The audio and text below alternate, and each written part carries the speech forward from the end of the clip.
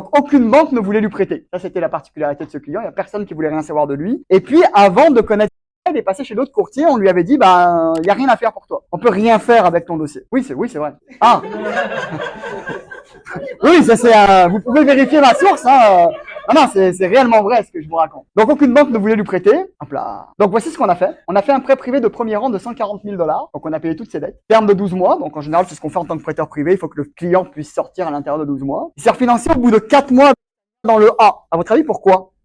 Oui, formidable. On a tout payé, donc comme on a tout payé, bah boum, la cote de crédit a augmenté. Puis là, elle sera qualifiée dans un A. Donc, le client est passé de paiement élevé avec des refus de financement à reprendre le contrôle de ses finances. Donc, le fun pour le client, ça c'est intéressant. En général, vous travaillez pour vos clients, hein. Quel que soit le métier que vous faites. Je pense que vous aimez ça parce que vous aimez vraiment aider les gens. Moi, en tout cas, j'adore réellement aider les gens. Mais si en plus je peux gagner de l'argent en faisant ça, c'est plus le fun. Bon, on va parler un peu de notre elle a réellement changé la vie de son client. Là, c'est pas le client qui est triple A et puis qui appelle tous les courtiers pour magasiner le quart de taux ou le demi-taux en moins. Là, c'est le client que personne ne voulait, que personne ne savait quoi faire avec. Donc, elle a changé la vie de son client. Elle a pris une commission du prêteur privé, 140 000 $, une première commission, et elle a refinancé elle a refinancé à la BMO à 288 000 $. Donc, si vous me suivez depuis tout à l'heure, je vous ai dit que la maison valait 225 000. Comment il a pu se refinancer à 288 000? Il y en a qu'on suivi ça ou pas?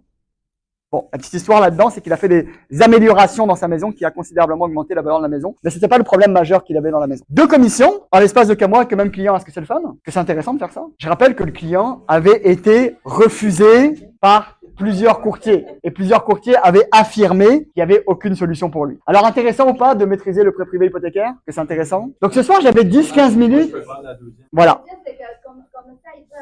Mais parce que j'ai une porte de sortie qui est claire. Le taux d'intérêt est un petit peu plus élevé, mais j'ai une porte de sortie qui est clairement identifiée. Donc, je sais où est-ce que je m'en vais avec le client. Mais si personne ne lui prête, est-ce que c'est un client qui a de forts potentiels de tomber en défaut dans les mois qui viennent?